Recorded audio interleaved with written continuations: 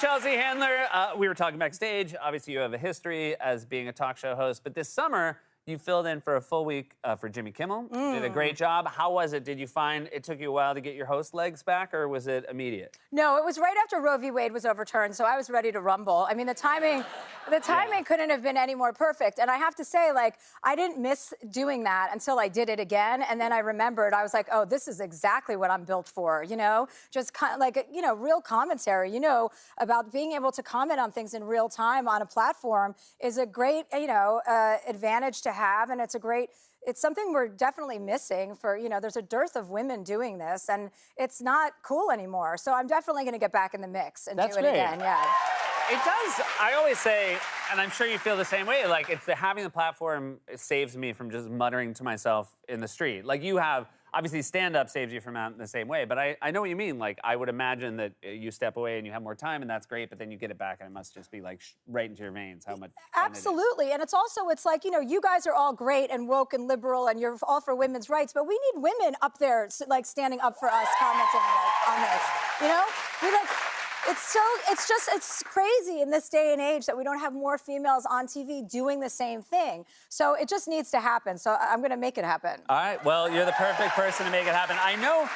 So you did Chelsea Lately forever, but if you did it again, you would have a different name for it. Well, Chelsea Later, maybe. Okay. Chelsea Later much. Yeah.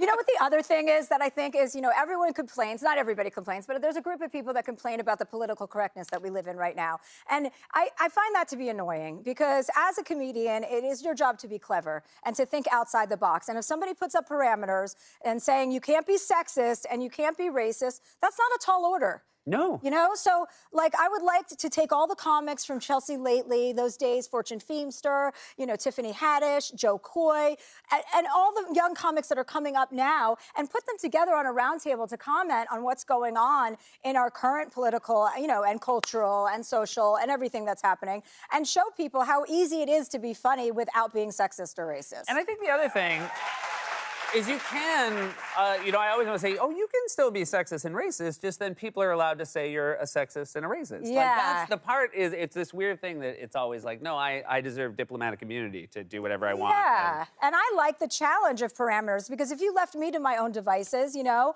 I mean, I would be in a gutter somewhere. Yeah, so we all know that. Thanks.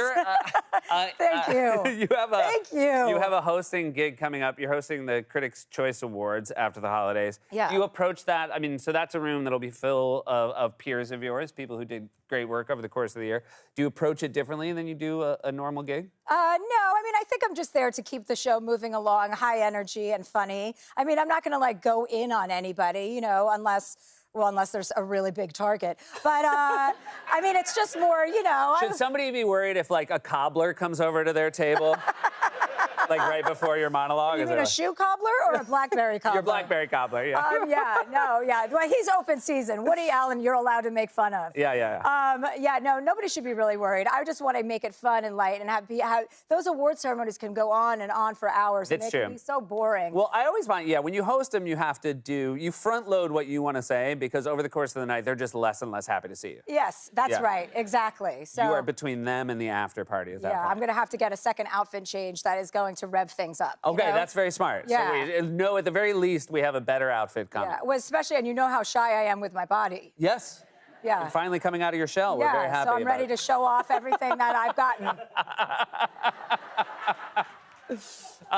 Will you be skiing this holiday? I remember during COVID. Speaking of topless, will you be skiing during this holiday season? I do, you guys. I make a topless video every ski season for my birthday because with a margarita and a joint, because those are the two of my passions. Yeah.